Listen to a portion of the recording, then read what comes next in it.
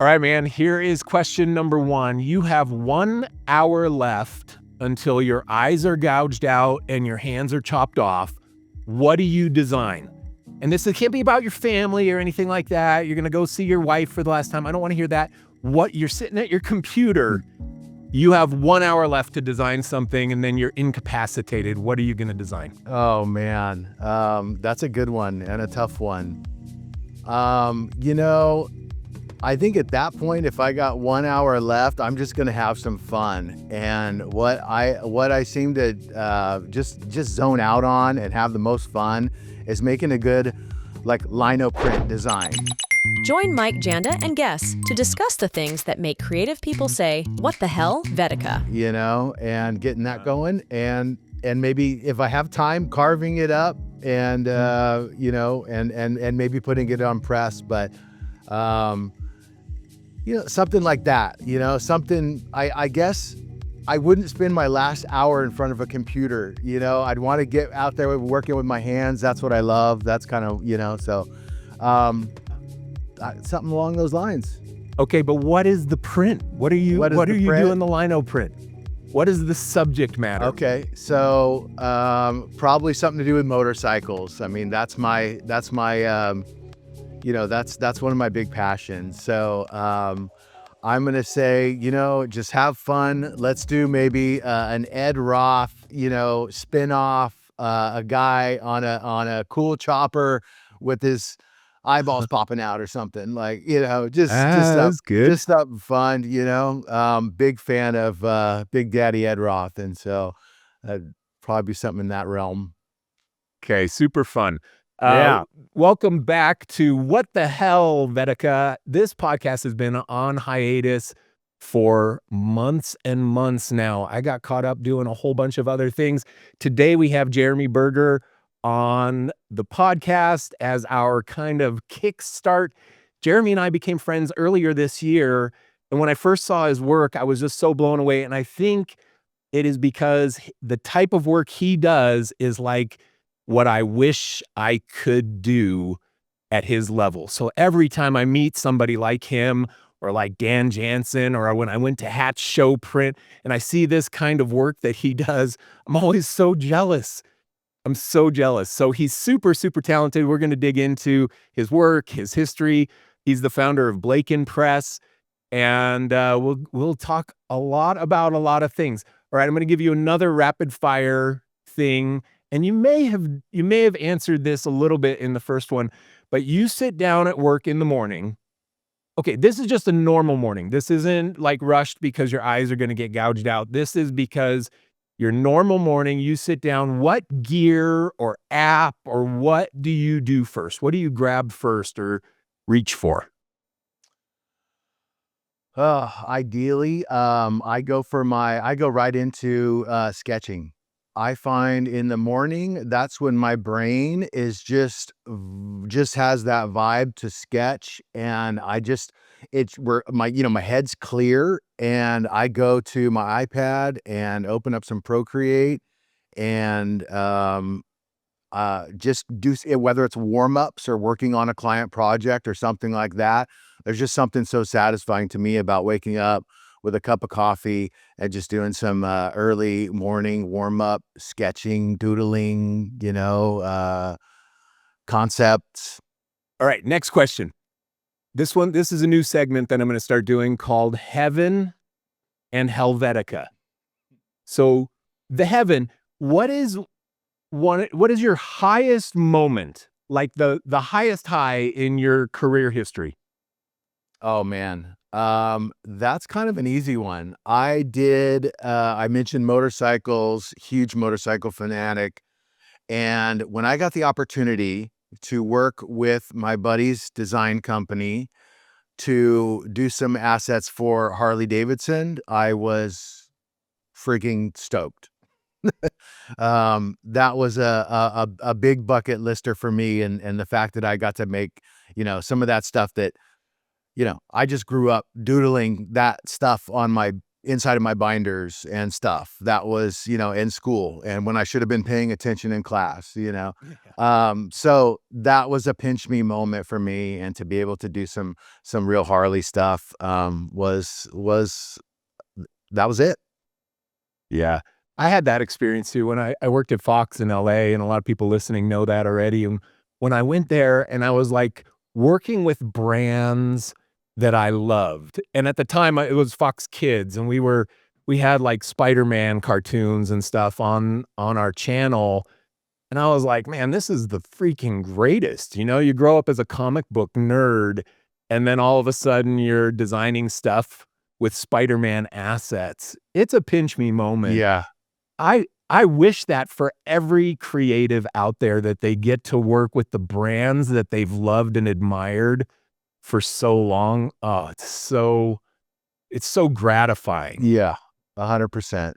Did you grow up in a motorcycle house? How'd you did. get into? Yeah. You did? Yeah. My grandfather was a mechanic / engineer. He kind of, got my dad into it. My grandpa was one of those guys racing those old Harleys up a hill in like the 30s. We got pictures of him doing that. And it just, it just definitely a in my blood kind of a thing. Yeah. Yeah. And so your dad had bikes and stuff. When did you learn how to ride a motorcycle? Oh, I was probably 10 or 11. I got kind of a late start because, just a funny quick story. Apparently it goes that my mom was literally giving birth to me and grabbed my dad and was like, he is never getting on a motorcycle. And so it took a little convincing, but the line I used to say is like, it's in my blood, Mom, and my dad did it and my grandpa did it, and there was nothing my mom wouldn't do for me. So she finally caved in, and I think I was 10 or 12, and I got a little dirt bike, and I grew up kind of in a rural part of Bakersfield, California, so I got to learn like that and just tool around on a little ranch road kind of thing. Yeah. My neighbor, he's got a huge Honda bike. It's super cool. And he has 3 boys. And when the oldest of the boys was 5, which is a couple years ago, they got him a little dirt bike, and the little whatever size 50cc engines, like, and he's out there riding it on the streets and stuff. I was like, oh my gosh, they're turning this kid into the coolest kid of all time. I was always so jealous because I didn't grow up in a motorcycle house. Yeah. I was always so jealous of the people who had that, because it's such a, for cool guys, it's such a cool guy thing. For a boy, there's just nothing more cooler than that. I know. That's it right there. It is. Yeah, and you got the whole package. So he's got, for those of you that aren't watching the video version, Jeremy's got his kind of salt and pepper beard, and he's got his tattoos, and he's a super good designer, and he's got his motorcycles and stuff. He's living the cool person dream that every teenage boy wishes that they could live. Oh man, that's what you have. I don't know about that. I try. No, it's good. Okay, so that was your highest high. Working for Harley-Davidson. In fact, you know what? I'll show that work, and then we're going to go into your lowest low. But this is the Harley work. I have it on screen. In fact, I'm going to leave a lot of this work on screen for most of our conversation, because people need to see the quality work you do.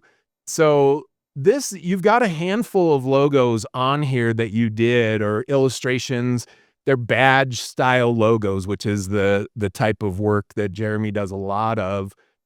Was this explain this project? What did they want, a variety, or is this the comps and they landed on one?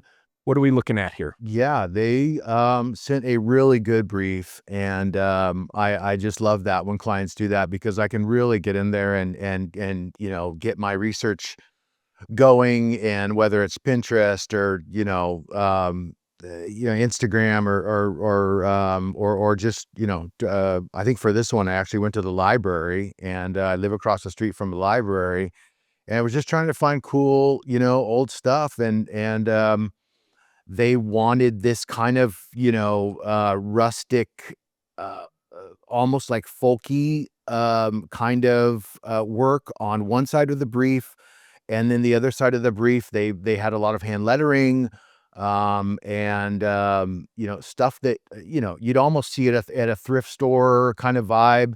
I love that stuff, and so it was when I saw it, I just lit up, and I said, let's do this.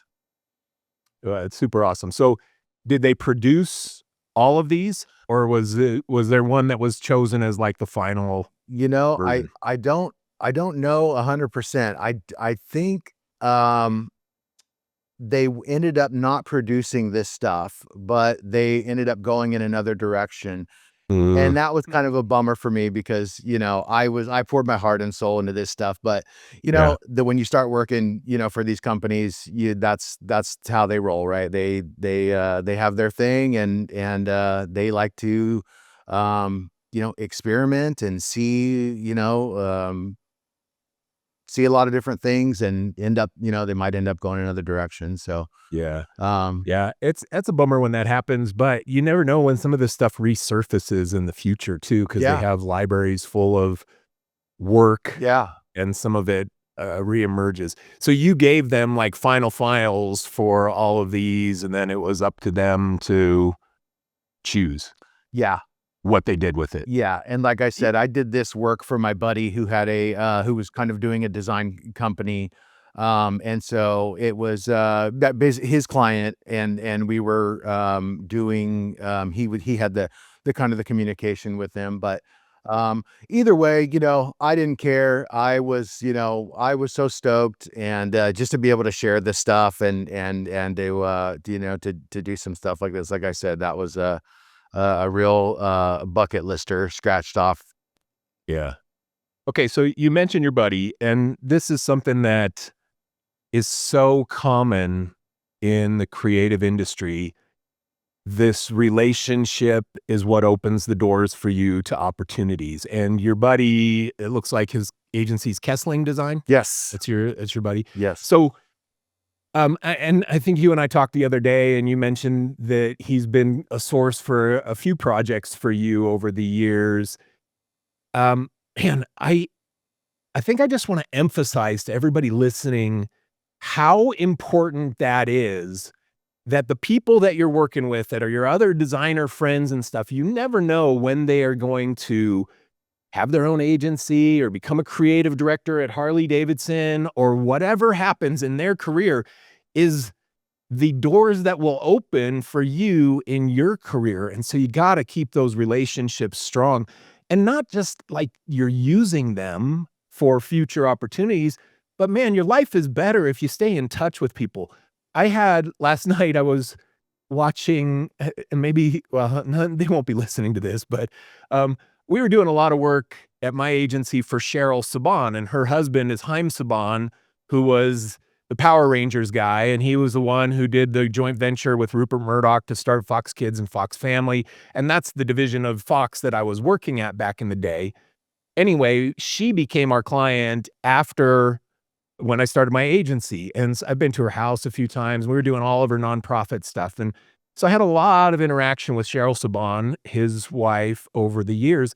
Last night, I turned on some dumb movie on Peacock or whatever, and it was Saban Films, and I was like, "Man, I need to reach out to her because I haven't kept in touch with her since I sold my agency." So it's been almost a decade now. Wow. Oh, it's been a decade.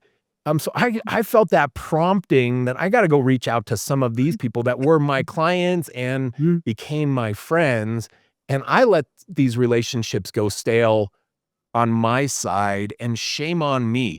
So tell me where did you meet your friend who runs Kessling Design or started his agency? Where did that relationship come from?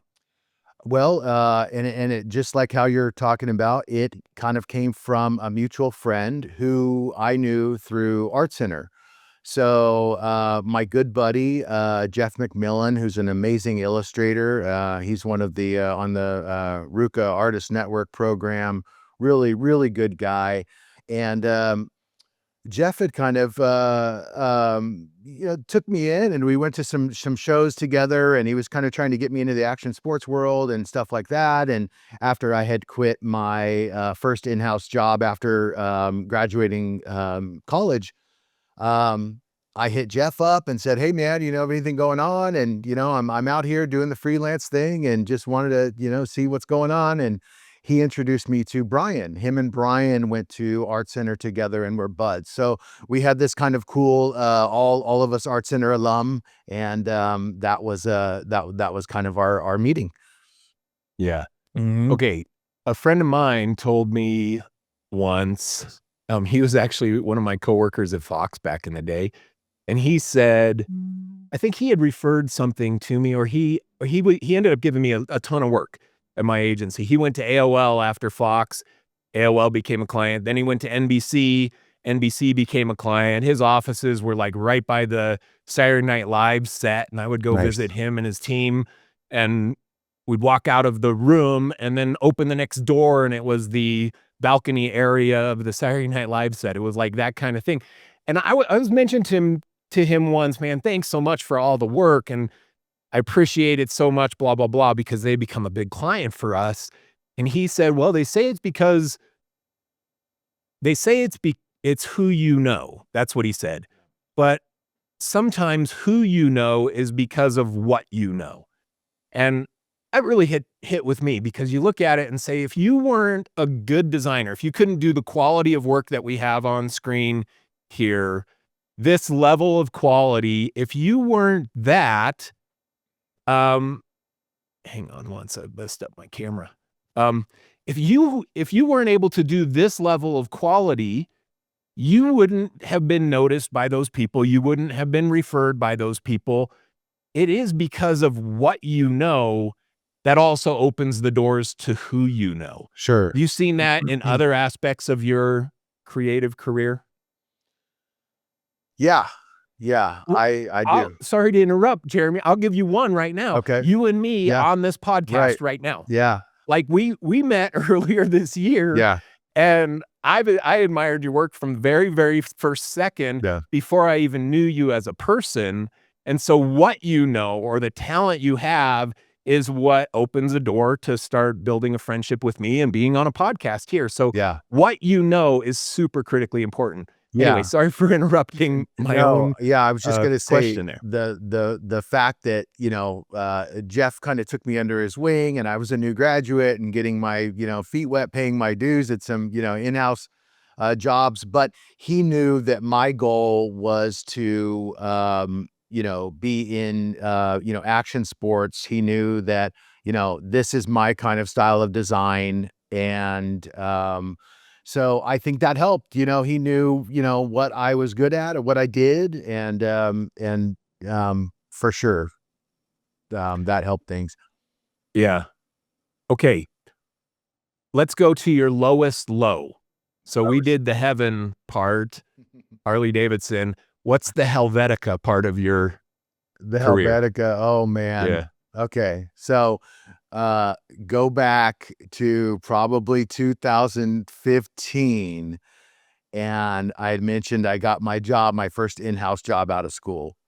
And that was a real eye opener for me, man. I was so stoked. I was such a eager, stoked designer here. I just finished up Art Center, and I was just so eager to get out there. And I got my first job at an apparel company that was in downtown LA. And I don't know what if I just thought it was just going to be this grandiose thing or whatever, but built in my head. But it was like, dude, here, welcome to work. And here's a corner with your little cute, dusty cubicle. And you are here to do Photoshop and whatever we tell you to do. And it was just such a, it was just, I remember just thinking like, man, this is not what I signed up for. And this is not what I was doing to do. And it was kind of a, this is a real, I guess, glimpse into, sometimes it's not pretty, and, it's a job, and you got to get your feet, in there and pay your dues. And that's kind of how I chopped it up. But man, that was like, I was just riding on my high horses to getting out of art center, and then to go to a job like that was just a humbling experience, to say the least, but no regrets, man. I got my Photoshop chops down, man. I was in there just going, cranking, and all 9 to 6 every day, Mm, so yeah. Mine was similar. After college, I was like, "Oh, I'm gonna go out and get my agency job, and this is gonna be great." And my first job was at freaking Alpha Graphics, man. I couldn't get hired anywhere else. yeah, I was like a pre-production coordinator was my title nice. at Alpha Graphics, making $9 an hour, Oh and that was man, my after college job. yeah, Humbling. yeah. So, what did it do to you starting that way when that was not where you wanted to be in your career? How did that mentally change you? Oh man, it lit a fire under me. I remember, thinking, um, I got it's a funny story. I got laid off actually from that job. And I remember driving home with the stereo cranked up and just being like, almost relieved that I just got laid off, and just thinking like, okay, you've found out, what it's like out there in the little bit of the real world, in the apparel, artwork, graphic artist industry. And we've kind of learned on what you don't want to do, and that's kind of like planted the early seeds of me saying, you know what, I got more to offer than that, and I'm gonna do my own thing, and I'm gonna make it work, and yeah, so that's it. Just kind of lit a fire. Okay, so yeah, mine did too, man. It was like, okay, screw all you. I'm gonna show you how good I am. Yeah, You think I'm worth $9 an hour at Alpha Graphics? I'll show you, world. yeah, That was kind of what it did to me. 100%. And then I just was like, self-educate, keep pushing, pushing, pushing, and improving, and then, manufactured somehow a good career out of it. Yeah. So I had that same experience as you. Did you go from that to going on your own? Did you get another job No. later, or what'd you do? Yeah, I actually, it was only a few months, and then I picked up another job at Maui and Sons. So Maui and Oh, yeah, you Sons told me that, yeah. is the OG. These guys have been around, I think, since 1980. And in fact, I'm sure. And I was an in-house senior graphic artist for Maui and Sons for a couple years. And so it was a transition. So I went from, working into kind of some art that I didn't really, you know, had no passion for, to now, okay, I'm doing the in-house thing, but at least I'm working on some stuff that's like surf, SoCal, more in Super cool. my wheelhouse. So that was cool. Yeah. But just, going back to that, it just still wasn't exactly where I wanted it, what I wanted to do. And just like I said, I think a lot of my or I don't know if I said it, I think a lot of my ambition was set to me and trained to me through Art Center. That education was truly awesome, and they really drill into you that you're not going here to be a worker bee. We're trying to make the innovators and stuff like that, or the entrepreneurs. And there's nothing wrong. That said, there's nothing wrong if that's your thing. But just for me, it was drilled kind of early on. It was like, what else can you do? Yeah. All right, that I had that on my list of Okay. things to talk about with you, and let's dig into that a little bit. Okay. Art Center. So, first time I heard about Art Center, I was in college myself.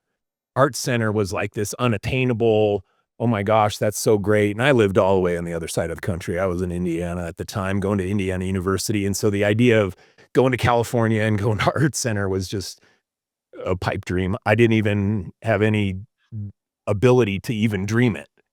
I was just like, oh, that's a cool place. That's where the cool designers come Yeah. from. Well, But what I've seen two things that come out of Art Center. The first one is, I don't know that I've found a designer that is not super capable coming out of Art Center. Everybody out there, man, their attention to detail and design polish, their skill set, their creativity, it all blows me away. One of my super close friends, she was the print creative director at Fox when I was the digital creative director for Fox Kids, Fox Family. And she became super good friend. And I've kept in touch with her for the last 25 plus years or whatever. And she went to Art Center, and her style guides and stuff, she's just so great. Anyway, so I love that about Art Center. That's question number one, and then I'll ask question number two. But what's so special about the program that outputs so many designers that are so much more capable than most other graduates coming out of college? Yeah, I've had some time to kind of think about that. I think first and foremost are the instructors. The instructors, the staff there. I mean, all of my teachers. I mean, they genuinely care, and want you to, find your thing. And they were, so helpful. So they are also industry professors. People that worked in the industry that kind of made, they're successful in their own rights, and then kind of came back to the Art Center to teach. And so having that real world knowledge from, these instructors that were out there actually doing it, talking to the people, getting past those gatekeepers and doing, stuff like that was, huge, so I mean, the staff, first and foremost. The second thing is, I just think that the amount of time they had been doing this, they have, I don't know, I think, I'm embarrassed to say, I don't know the start, but it's been, 30s or 40s. And so they've just, I think I'm assuming had that time to just really, get a curriculum that is, covers all of the basis, and really can prepare the student for whatever major they're trying to do. And they've had a couple years to dial that in. Yeah, a couple decades. Yeah. They had a few decades to dial that in. Okay. The other side of the coin is that I've met a lot of Art Center graduates that have that stereotypical proud designer persona. And you mentioned it, you didn't say it about yourself, but you graduated Art Center, thought you were going to conquer the world, and then you're stuck in a little freaking corner saying, Yep. Crank this Photoshop stuff. Yeah. Do you think where do you think that comes from a proud designer standpoint? And do you think that's detrimental to some of the people to make them not realize that they got to, what you said, pay your dues in some of those grinding jobs in the early years of a career? Yeah.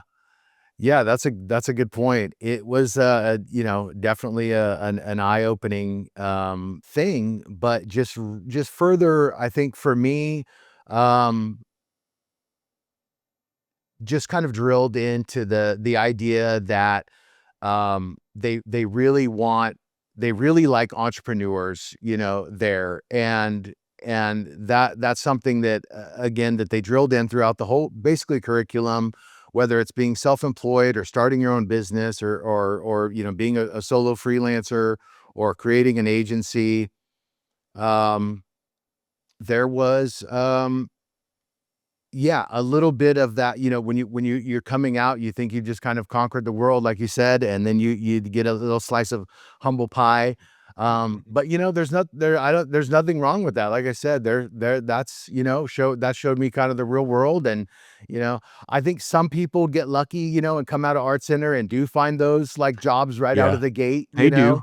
Yeah. And it just wasn't me. But that's okay, cause that, it helped, me and figure out, my perseverance and get me kind of like, okay, this is what you're gonna throw at me now. And, and like I said, kind of lit a fire under me. Yeah. this is what you're going to throw at me now, universe? Is that the question? Yeah. Who's throwing things We'll at you? show you, You're- cool art center guy. yeah. We'll show you what it's like. Yeah. Well, I mean, I felt it, and I didn't go to an art center level program. In fact, my major was studio art with an emphasis in graphic design, because they didn't even have a graphic design program back when I went. So it was studio art. I had as much drawing and painting and ceramics as I did graphic design courses. Yeah. So I was just so not prepared. But in my brain at the time, I thought, go to college, that gets you your degree, and now you're qualified to go and do something. And the reality was I needed years more grind in the real world before I could qualify to get anything of substance going in my career. So just, I think most people, you know, I can't say most people. I'd say for myself, you know, I was supposed to study animation. I first applied to Cal Arts in Santa Clarita, and that's all I wanted to do was do character animation stuff. And then when I got into, I didn't get into Cal Arts. It's extremely difficult school to get into that program. But I applied to Cal Arts and I applied to Art Center, and I just said, you know what, I'm going to let the universe, you know, kind of figure this one out. And so I accepted Art Center. I got into Art Center, accepted Art Center, and started doing, you know, animation stuff. And so I quickly learned that from my background growing up in kind of a shop environment, and that I just wasn't really, you know, too big on and parking my butt in front of a computer or a, you know, a Cintiq and doing that all day. I wanted to get a little bit more, you know, hands-on. And so I think that was a big takeaway for me at Art Center. Like, they have so much cool stuff that I was able to kind of find my voice there without, you know, being too cliche, and really kind of like, you know, figure out, you know, what it was that I think I was kind of meant to do. And that's after my second term there, I found, you know, screen printing, I found printmaking, I found, you know, this stuff, this, you know, working with your hands and, you know, getting dirty almost like in a shop environment. And I just went right down that road, and just kept on going. So you said it helped you find what you were meant to do or what you wanted to do. What do you want to do? What do you see this becoming for you? Any entrepreneur is rarely content with where they are in their business. So assuming you're not content, what will make you content? Like, what is the dream? What's the dream for you? With a dream. You know what? I want to keep, I just want to, I want to do the stuff that I enjoy, and which is more of this hands-on, and take it almost to like an experimental approach. Like we had talked a little bit before about one of the goals with Blaken Press is to make almost like, you know, I print t-shirts, I do all my own merch. I have a, you know, a press, a couple of them actually, and I love, that's the kind of stuff that I love. And so it'd be really cool if a company says, hey, we want to see what it looks like to have a, you know, handmade patches sewn on, like, you know, punk rock style onto a denim jacket, or what's it look like to have a lino print, you know, on the back of one of our jackets or something like that, and really get into almost like an experimental print shop. So that's kind of the you know, the dream is to continue doing design services and graphic design, but also keep, you know, stay true to myself and keep getting in there with the making, you know, of the stuff. I'm pulling up on the screen just some of your Instagram for people to see this the maker side of stuff. We had a call the other day and you showed me just a little pan of your press and stuff that you have in your house. It's in, where is it? In your garage or something, your shop? Yeah, I got a little studio here. Barely fit this. Yeah. So you have what's the equipment that you have in there? I have a 6-color screen print press that I've had for a couple years. I've got a conveyor dryer. I've got a flash dryer. I've got basically a little kind of garage setup, print shop here that's in kind of my little studio, which is kind of an addition off of our back of our house. Hmm. Did you build the addition yourself? You seem like a No, handy. You no. didn't. Luckily enough, I kind of Yeah. inherited this one, and Oh, that's good. it's awesome to have a space like Yeah. this. Yeah. Okay. So going back to your dream, if you could just make up your own artwork and your own merch and sustain your life and family sufficiently with that, would that scratch the itch for you? Or Uh, would you still be like, I really want to work with clients that push me or something? oh, you're talking about if I would be happy like having my own Yeah, private label stuff. dream-wise, like for me, if I were someone like you with the art talent and the desire for Mhm. experimental design, and then you've got a merch shop already, Yeah. I'd be sitting around thinking, "Man, if I could just get my merch shop selling so much that I didn't care about client work, that would be the dream. Then I'm my own client and my Yeah. customers are sustaining me through what they buy." Johnny Cupcakes, Yeah. kind of it did this for a lot of years, and he's going into now I'm gonna have him out on the podcast. I don't know if he knows that, but I might have told him one time. I was like, "Dude, we should do some collabs sometime." Anyway, Awesome. I haven't done that yet at the time of this airing, but she shut down his Boston shop, and he's going into the consulting side of merch and things like that, I Ah, think is what I've seen for some of him. yeah.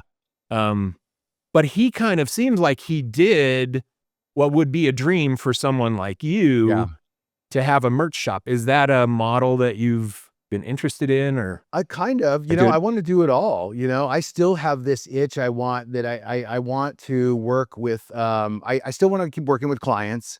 I enjoy that. I enjoy the process, the collaboration, and, working with different art directors and getting their, you know, um, intake and feedback is always such a satisfying thing for me to collaborate with other creatives. So I still want to do that, but yeah, I think it's I want to do that in conjunction with having my own private label, stuff and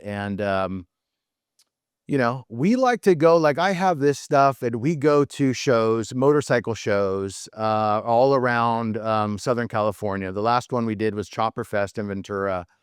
And so I'm really big on just getting out there, meeting people, seeing culture, and I think it's because I've been on my own now for 4 or 5 years and realized that it can be a lonely existence, like you get Uh, a little cabin fever doing this stuff. And so for me, I think that's my outlet is going out there, whether it be for a client or going to a show, but just, you know, getting in some of that culture and not just being a hermit, in the studio. yeah, So I don't know if that yeah. answers your question, but that's. I just try to dig in and figure out what's the vision and dream? And then, it's a tough question to answer for anybody because if you were on the flip side asking me questions right now, I would be like, well, I can Yeah. tell you kind of what I want to have happen in the next Yeah. year or two, but Right. beyond that, what is the vision or dream? I guess I don't that's know. it, is I just kinda I guess try to roll with it, the way that my life's happened and stuff that I thought was, not good or like, "Oh my god, this is horrible," has ended up, opening up a window for a something that I didn't even, anticipate or plan for, and that's kinda taught me that, you know what, just enjoy life and go for it. Don't try not to, overthink stuff and just, have fun. We only get one of these, lives, and luckily for me, I've been able to do what I love and make a bit of a living out of it. Unfortunately, I'm in Los Angeles, so it's tough, A out bit of a here living with in Los Angeles is yeah, like relative. anywhere else. Like Uh, I mentioned, I'm from Bakersfield or yeah, or Fresno. yeah, I could go over there and buy a 5-bedroom house right now if I wanted yeah. to. But here that might be a 2-bedroom condo or apartment. Or just the dirt that could hold a 5-bedroom house, Yeah. but no So, house. Yeah. but it's the trade-off. That's LA, man. We got so much cool stuff here and culture, Mm, and yeah, so that's huge for me too. yeah. Okay. Let's pivot a little bit to a big life change that you have coming up. You got your first baby on the way. Yeah. And we talked about this the other day too, Yeah. but so I have some insider knowledge on this question, but how is that changing your life paradigm and your business paradigm, your whole mindset? How is it changing knowing it's 6 weeks? Is it 6 weeks till Yeah. your baby's due? Yep. Yeah. Okay. And it's a boy? It's a boy.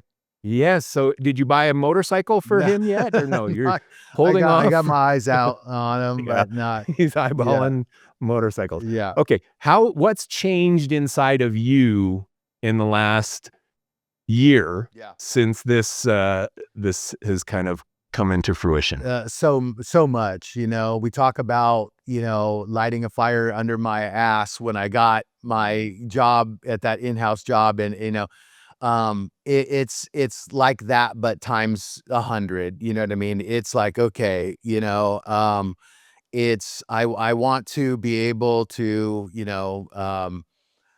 have a good life, provide a good life for my wife and my family and, my son, and be able to get him, his first motorcycle and, Mhm. just stuff like that. And I said, you know what, this is it. And so it was just that. It was just, it really, got me thinking bigger. What's next in my career? How can I, um, push myself, and really, take Blaken Press to the next level, and bigger projects with bigger clients, hopefully bigger budgets, and Mhm. and really kind of um,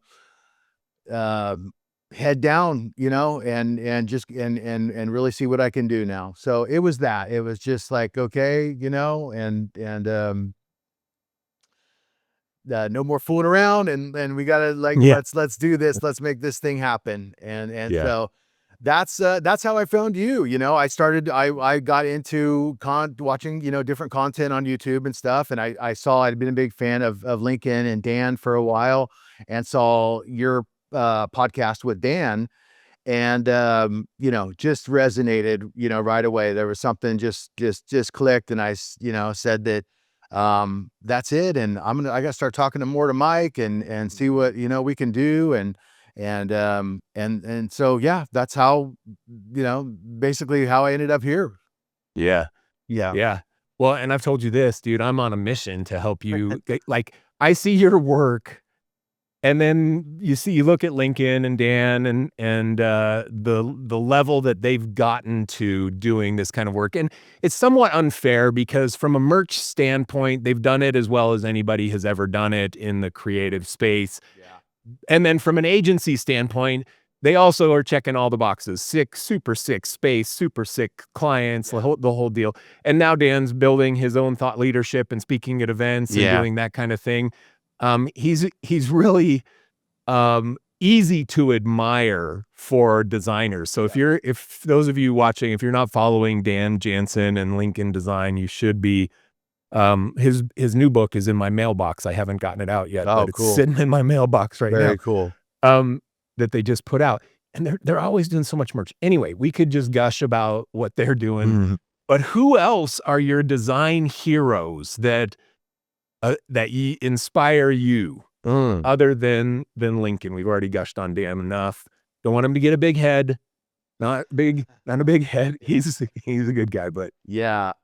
who else? You know, I think just my friends, a lot of instructors at Art Center were big influences on me. Um, Shoot, I mean, just off the top of my head, another one, James Martin. Yeah, I love He's James. another one. Yeah. I love what he's done, and I mean the fact Yeah. that what he's doing now with his courses and stuff like that, that he is just killing it. And Mhm. I look up to those guys. That one part of me just going, man, how do they do it? It's just like it seems like just so much energy. When do they sleep? Kind of a Yeah. thing. But that to me is motivating. And so when I see them do it, and I I just as far as creatives go, um, I a lot of people. That are in the action sports world and making those just cool designs. Again, just the stuff that I grew up, in kind of the punk rock DIY style. So, making our own clothes, doing stuff like that. So the creatives that are out there, making that stuff, that to me, that's just the coolest thing. Yeah, it is so cool. Um, James just had his first kid, not just, but 2 years ago, I think, is Oh, when he had his first kid. I'm pretty sure it's been a couple of years. congrats, Maybe it's been James. 3. Yeah, maybe it's been 3. Yeah, he's a good guy. Yeah, I'm gonna see him in London here in a few I months. He's saw coming that. to our little event. I Yeah, saw that, and I was yeah. so stoked that I don't think I'm going to be able to pull the strings with that one. No, you With can't do that one, dude. You're gonna have a brand new baby. I But know, future retreats, you gotta absolutely. come when it's more feasible timing for you. Absolutely. All right, let's pull the thread on the big topic of the last couple years and the next few decades, but AI and your style of design. What's your perspective? What's your fear? How do you think it's going to impact you? How do you think it's going to impact the broader design world? What are your initial thoughts? I share kind of a reluctant sentiment as a lot of designers that I do. There's a lot of stuff going around on LinkedIn right now about the AI thing, and some people think that it's doomsday for artists. Other Mhm, people think that it's just another tool that we have to evolve mhm, to be able to use. So you know, I'm in the camp with the latter. I believe that um, so far we can use AI to a tool to our advantage. And it's more than just saying into a prompt or making some stuff that that they could be made, but it's also the designer's vocabulary, and knowing how to essentially art direct AI. And I think that it might get to the point where that's not even an issue anymore either. I don't know. But for right now, I'm trying to stay positive and just say, you know what? It's a tool that we can use in our toolbox, and just we'll have to wait and wait and see. It's yeah, funny that I had an artist say, he was in the camp of like, oh man, it's going to get really bad and we're going to be all out of a job soon. And it's really great that you do printing and you can print t-shirts and stuff like that, because in a sense, you have something to kind of fall back on when the machine comes and gets all of our jobs. Like you can make, yeah. you can do that. And I was like, kind of like, wow, that like you really, think that that's, going to be so, it's, I think that no one really knows, we're it's in its infancy, and we're at the kind of the forefront of it. But I want to say, be optimistic and say that, they can't get rid of us. And, we're, Did you you not see Terminator? They can get rid of you. They can get rid and The Matrix, they can get rid of all of us. yeah. Um, but hey, you know, those are the creatives, the artists that wrote We're- those, right? Like, We're you living know, in caves. yeah, We are living in caves, hiding from the robots. yeah. This is what's coming. Yeah, to tell you the truth, man, I don't know. I haven't probably given as much thought as I should, and that's just how I am. I'm just like, you know what? I'm just gonna roll with it and not worry too much about it, and use the tools that I can with it, and you know, that's just. It kind of reminds me of what we were all, you know, thinking of, like when the internet came and they were like, Yeah. you know, what is the internet, and how it was, you know, in this thing, and it ended up, you know, that's kind of how I think we're all kind of looking at it right now. Like nobody really knows, and so, you know, I don't know. For me, it's just not something to completely worry about right now. That's good perspective, optimistic. I think the internet metaphor in this, I think, is really interesting. And I lived through all of that. That was Yeah. my whole career. I mean, my career, I graduated university in 1996, man. So it was like the whole internet boom was my Yeah. whole career. Yeah. And it took, what did it take? It took like 18 years or so before the vast majority of newspapers were closing up shop. Yeah. It was 18 years, Yeah. man. I mean, so you look at that and say, okay, even in an accelerated world of today, let's say that the replacement of some ways that we create things now takes half as long as what the internet took to Yeah. kill newspapers. You still have a 9-year run in your career Right. of things largely being kind of how they are right now. Right. There will be incremental losses along the way. We will lose production tasks, production level designers, like the little Photoshop crony like you were when you started. Yeah. That job's gone, man. Yeah. That job's gone. Yeah. But you, who you are now, that's not gone tomorrow. Right. Is that gone in 18 years? Right. Maybe. But Yeah. 18 years from now is an eternity Yeah. in a career. So I think I'm with you on not worrying about it too much. And if you look historically on how long does it really take for the entire world momentum to shift to actually replace the way that we do certain things, Yeah. I think you got that 9-10 years on the short side before you're seeing dramatic losses of jobs that we today enjoy. Yeah. Yeah. I 100%.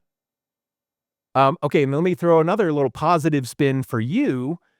What you do, I think, is one of the things that survives. It is the human art side of the design world is what survives. Right. You cannot copyright AI-generated artwork. And the Harley-Davidsons of the world are going to want to own the copyright to their artwork. Yeah. And so they are going to have to hire a Jeremy Berger to go and create that. The other thing that I think is in your advantage is you like to get your hands dirty and make it as art, not just design. Right. And designers like me, we're like, design, let's crank it and then let's make it so that it can be replicated 1 million times. But you, with your presses and your enjoyment in lino cut tile, is an art form. And that art form appreciates in value over time. And I think there will be a premium paid for the humans who can still create art.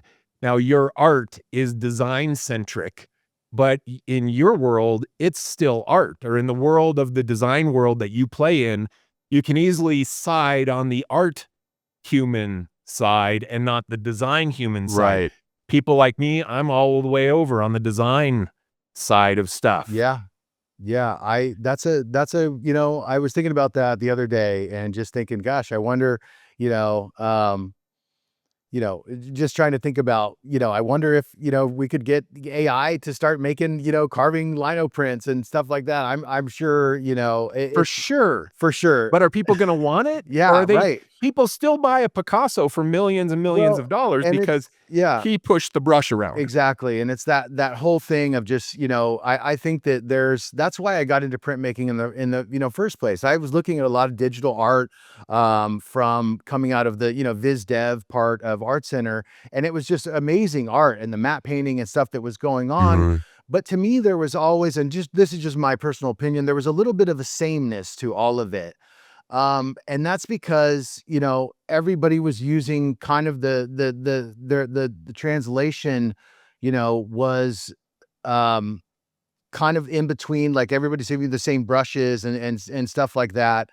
And, I liked, the ability to know that what I'm doing is, made with my hands, and there was nothing kind of like, separating that. And it was me, like you can see, my hand in the work, Yeah.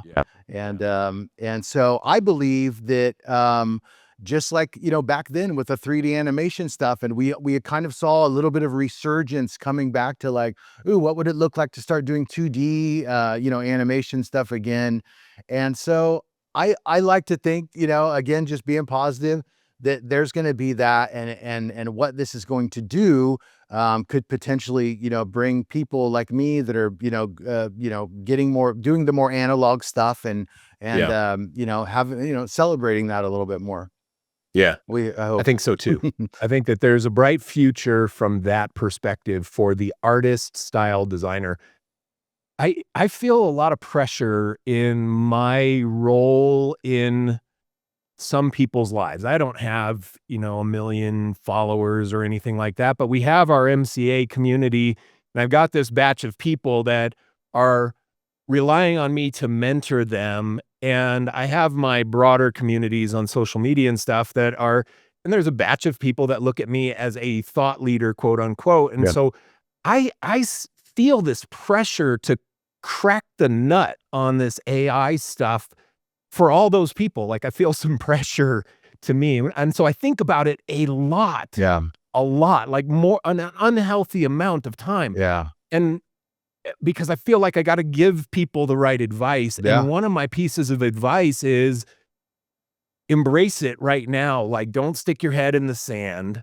You've got to learn the freaking tools, man. And there's a new one every 2 to 3 weeks. Yeah. That you have to know about, and you should be digging in and knowing what's happening in that space. Yeah. And you should start using some of the AI generated art tools, because you have to know it. You do not have to use it in your work that you sell to your clients, but you do have to know what's happening. And I fear for the designers that are just hiding from it, because there is a batch that are like so mad about it that they don't touch it.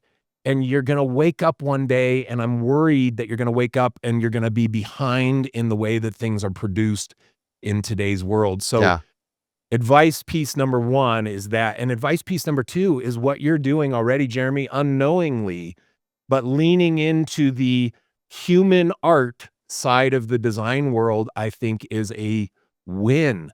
Developing your own style. That is the Jeremy Berger style that people know. Aaron Draplin is a great example of this. There's an Aaron Draplin style that people know. I think it's one of the most pronounced. David Carson, I think, is another one who you see it and you're like, okay, I can 90% guess who designed that right there, because it's such a unique, developed style. So those are 2 examples. And I think that designers need to lean into that and become synonymous with a certain style. I would not abandon doing any style at this point, but I would try to develop your own style of work. And I think you're doing that right now, and creating it as artwork. Man, every designer should be opening their freaking merch shop too. Because you can build your own little audience of people that buy 5 t-shirts from you every year. it's a good amount of money if you spread it over 100 people. Yeah. 5 t-shirts a year Yeah. at $30 to $50 a pop, and you're Yeah. gonna have a nice little side hustle. And it's so you don't need and it, millions of people. and it's fun, like I said, Mhm. that's the stuff that I just, I love. We go, my wife and I, go to these motorcycle shows, and we set up our Easy Up, and we bring out our merch, and it's just such a breath of fresh air to get out of the studio and out from behind the computer screen and go out and meet and network, and that's huge. That's been where I've gotten 80% of my recent clients have come from these kind of events, and just that face to face, going out there and just making cool stuff and selling it, like this. And yeah, a big part of what we like to do is just kind of immerse ourselves into the culture and get out there. Okay, I'm gonna make that point number 3 in this AI battle that we have. Build human to human relationships. Yeah. Go to the freaking event, because if you don't have a human relationship with the potential client, then they might as well just spin it up on Midjourney, man, because Midjourney is going to do it faster and Right. cheaper than you. Yeah. So you have to give them a reason to buy, and that reason is, I love Jeremy. I love Jeremy's style. I love that I can own the copyright on the work that Jeremy produces for me. There you go. I want a Jeremy Berger design. That's the reason. I trust Jeremy. Yeah. Because I met him and I have phone calls with him. Yeah. And if you don't have that, man, they might as well use AI. So these are part of the things that designers have to battle right now. And some of you listening have to change the way that you operate in order to be successful in the future. And getting out of your chair and going to the freaking event is one of those things. Hey, I was one of them, man. I'm still working on it. I'm not here saying that I'm Mr. Social or whatever. I'm right there in that camp with most artists, and kind of a little introverted, and do kind of enjoy my solitude. But once you get out there and once you start seeing the results coming from this face to face, it's and just getting out, and it's huge. Yeah. So important. So, but yeah, I'm still working on that myself too. Sometimes I feel like I gotta pry my butt off my chair sometimes, and like, nope, get out there and You do, man. You do. Let fear get everyone out of their chair. Yeah. Because if you do not get out of your chair because you're not afraid enough of the changes happening in the creative space right now, Yeah. you got to pay more attention Yeah. and get afraid enough to get out of your chair and go build human to human relationships. Yeah, that's a huge point in this whole thing, and thank you for bringing that up. That's totally makes sense. People are gonna want, sure, that we can type a prompt into Midjourney and stuff like that, but people are gonna want that we're humans. We want that connection. We want that trust. We want that we're meant to socialize, and so that's a good one to bring up. Okay. All right. I'm going to shout out a couple places that people can find you, and then I'm going to close by asking you about some of these things in your merch shop. So blakenpress.com. We'll put it in the show notes. Check out Jeremy Berger. And then on Instagram, it is Blaken_press on Instagram, and you should follow him there. His work is outstanding. You should be following him. If you follow James Martin and you follow Dan Jansen and Lincoln and Strawcastle, who we looked at the other day, and Aaron Draplin and all these people that you admire, you should be following Jeremy too, because his work is not second to any of those people. It's so good. Oh, too kind, man. Thank you. It's so true, man. I told you this the very first time we met. Anyway, and I admire this type of work so much because it's not in my style, but I love it. Okay, I'm going to ask you on our way out about some of these things in your merch shop. So scrolling down, Shoot. you have some things in here that I thought were interesting, and I want to know where this came from. So number one, Evel Knievel. Yeah. Easy to understand. You're a motorcycle guy. Yeah. You're cool. You want to jump motorcycles over buses. I get it. This I totally get. I get this. Anything you want to say about your love for Evel Knievel in this fan art in your merch shop? Or did I hit the nail on the head You of pretty why much you hit it have? on the head, man. I mean, Okay. what's not to love about Evil? You know, he's just such an icon, and just such a fun character. You know, his story, just it was just felt like natural for me to do a really badass. That shirt was actually a hand carved lino print that I hand pressed on those shirts. No way. Oh, Yeah, that's awesome. yeah, it's you know, but getting in there, looking, you know, putting in some of his stats, the 433 broken bones, and you know, his some of his sayings. You know, he was the last gladiator, and he had said in an interview, "Color me lucky" was one of his like kind of you know signature things. He one could argue he So wasn't that fun. lucky, but he might have been. But yeah, just Evel such a Knievel, cool guy. man. That was my 80s. Like I had the Evel Knievel little roadster Y- motorcycle. You would like Oh wind it yeah, up, yeah. and then you'd pull the string out or something and then take off I and you saw try and those. I've seen those. jump cars with it. I had it. I Yeah, had it back in the day. yeah, Okay. Next one that I want to ask you about, Merle Haggard. I yeah. thought this was an interesting one because there are very few people in my sphere of the world that are walking around saying, "Oh man, Merle Haggard, that's my guy." He's got a big name, but I don't know if he has number one fans. I'm sure he does. But Yeah. why do you have a Merle Haggard Mama Tired Mama tried. shirt in here? Or Mama Tried. Mama Mama Tried. tried, and Is that that a is that where does this come the from? Mama Tried is probably one of his biggest songs that he's known Okay. for. So, well, first and foremost, Merle Haggard is my hometown hero, man. He was from Bakersfield. Okay. And so you can actually go to the Bakersfield, the Kern County Museum, and they still have his house where he grew up, and it was just a little box. And you know, and how what the impact he made on, you know, putting Bakersfield on the map. Basically, him and Buck Owens pioneered what's called the Bakersfield sound of country music, which was during the 50s and the 60s, Nashville sound country music was so polished and so clean, and everybody, you know, we had the record companies making it so clean and polished. And then you get characters like Buck Owens and Merle Haggard coming in there, and they're working class dudes. Merle, you know, did a stint, you know, in Folsom Prison, and they had this grittiness, and they had Yeah. this, you know, we're gonna bring it back to, you know, the blue collar and you know, the less polished, you know, side of things. And so the outlaw country music genre was born. So Yeah. he's just a cool dude. I just love his story. The fact that he's Bakersfield, kind of a, you know, hometown hero. I had to Yeah. pay homage to him. Love that. Okay. Next one that you have on here. Here's another Evel Knievel screen print Yeah. on here. Okay. Here we got Dolly Parton. Yeah.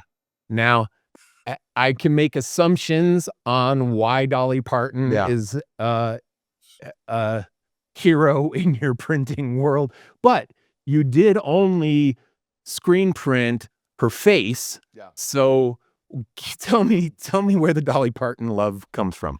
I just it kind of goes in line with you know, I grew up like hearing this kind of music in my parents' cars, you know, and I at that time I just thought, oh my God, you know, of course it's like your parents' music, right? And like, Yeah. oh, that's like, you know, and then I just kind of went back to it and started hearing it, and Dolly was one of those that I just when I started hearing it again, I started, you know, reminiscing about those days driving around Bakersfield, listening to the country music stations, and Mhm. it made me, you know, made me happy. It made me feel, you know, kind of, you know, reminiscent of some, you know, kind of the good old days, you know. But just, I mean, what's not to love about Dolly? I mean, she's the queen. She's done so much. She's overcome so much, you know. Yeah. And as a woman, you know, in that industry, especially in the early days, man, she was just an ass kicker. And some of her stories on just how she came to be and was just inspiring. And I just said, you know what, I got to do another one for Dolly. Her hair during, I think this picture was based off a picture from the 70s, and they Mhm. just had that big hair, Yeah. and it was gold and beautiful and big. And I said, I want to make a cool little illustrative portrait that has a little fun with that big hair. And I love it. just love the way that this one came in, how Yeah. it was, all of that ended up focusing and creating that, portrait. So Dude, you gotta make a t-shirt of that one. There are plenty of Dolly fans out yeah, there. That should be a t-shirt print, yeah, that one. I've gotten a few requests on that. I might have to do Yep, that. you do. Here's what I love about Dolly Parton. It's not what people think. I love that I've never heard anybody say ever, "Ooh, I hate Dolly Parton." Right. And that's rare for Right. somebody that has as much notoriety as her. Everybody's like, "Oh, I love Dolly Parton. I love Dolly Parton." That's usually the response when somebody mentions Dolly Parton. And I think that that's something challenging in today's world to accomplish. That's so true. Yeah, Yeah. everybody loves Dolly, Yeah. All right, here's my final one. All right. This one was out of nowhere to me, man. But you got a Chris Christopherson screen print in here. Yeah. Are you like the biggest fan of of Sailing song, or what is your No. deal on Chris Christopherson, man? What is it? No, This dude, was out of nowhere. Chris Nobody made it. Christopherson is he was one of the highwaymen. No, with Willie Nelson and Waylon Jennings, and Merle Haggard. No, you're thinking of somebody else. It was that. Am I thinking of somebody Yeah, else? the sail. I know what you're thinking of. That sailing song. I can't remember. Isn't it a Chris something?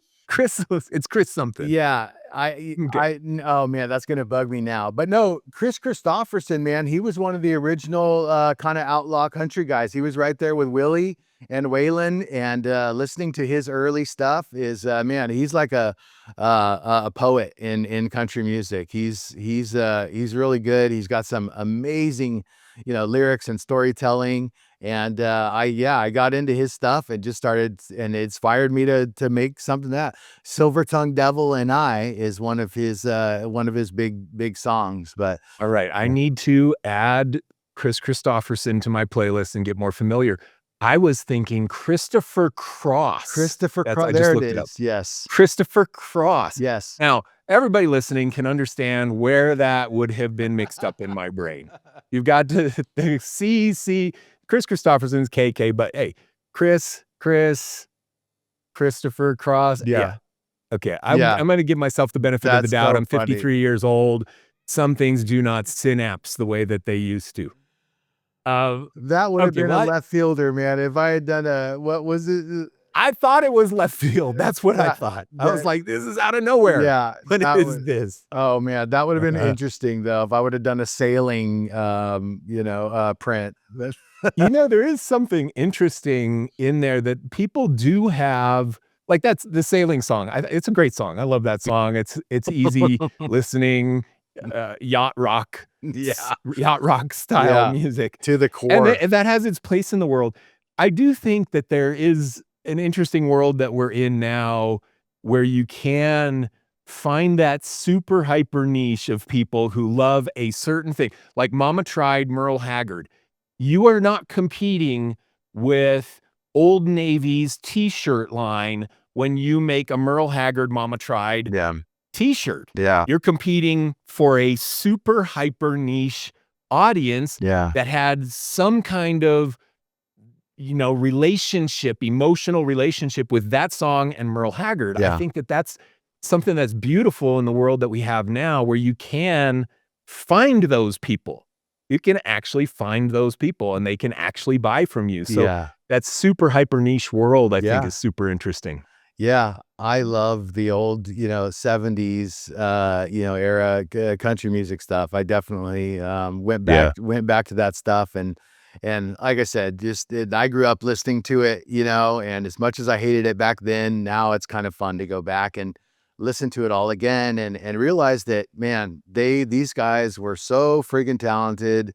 And, you're just, you go back and just think, man, I was just a little, snotty kid, they just couldn't appreciate it. But good stuff. And Chris Christopherson, he just passed away, I think last year, or it might have been even earlier in this year. But yeah, he's these dudes were legends. Yeah. Well, I'm adding some songs to my playlist right now after we're done today. I got to expand. I love a wide variety of music. Yeah. Nothing's off the table, literally. Me too. Like I'll have on some freaking demon rock, and then the next song will be Sailing by Christopher Cross, and I love them both equally. So this is how I'm wired. Mine's the same way. It'll go from like NWA to like Hank Williams, and you're just when that transition is just like you can't help but going like, man, that's pretty cool. Yeah, it's exactly the way I am. And then the next song, it can even be Celine Dion, and I'm not gonna skip it. I'm like, it has its place in my world. Yeah. It has its place in my world. Yeah. All right, Jeremy. Well, this was super fun, man. You're so talented. You're just so great person and super talented. Everybody follow him on Blaken Press and on Blaken_Press on Instagram. Any other channels that you're targeting for your marketing? I recently, because of your advice and help, I've been getting back on LinkedIn. So I have my personal LinkedIn, and then I just made a Blaken Press LinkedIn as well that I'm starting to kind of build up and get back on. So good. That's been a good one. Good. Yeah. Okay. All right, man. Well, thank you for being on, and thank you everybody for listening to this episode of What the Helvetica. We are grateful for you, and share it with your Merle Haggard friends, your Christopher Cross friends, your Chris Christopherson friends, all of the people, Evel Knievel friends. They're all going to want to listen. The Dolly Parton lovers out there, which are plentiful, will want to listen to this episode, and they will want to buy t-shirts from Jeremy. So thank you, everybody, and we'll see you soon. Awesome. Thanks, Jeremy. Thank you very much, Mike.